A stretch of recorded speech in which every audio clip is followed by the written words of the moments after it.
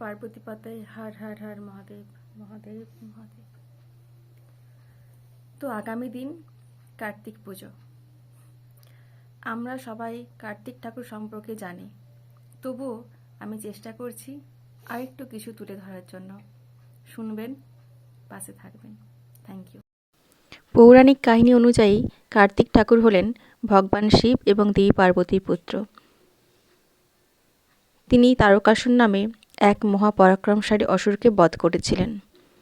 এনাকে সরাননও বলা হয়, কারণ এনার 6টি মাথা।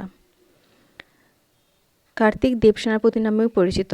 এনার বাহন হলেন ময়ূর এবং হাতে তীর ধনুক এবং বর্ষা থাকে।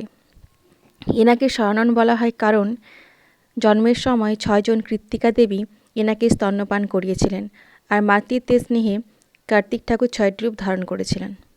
কথা অনুযায়ী কার্তিক ঠাকুরকে পুজো করলে পুত্র সন্তান লাভ হয়, এবং এটাও শোনা যায় যে ব্রহ্মাদেব এবং সাবিত্রীর কন্যা ষষ্ঠী হলেন কার্তিক ঠাকুরের স্ত্রী।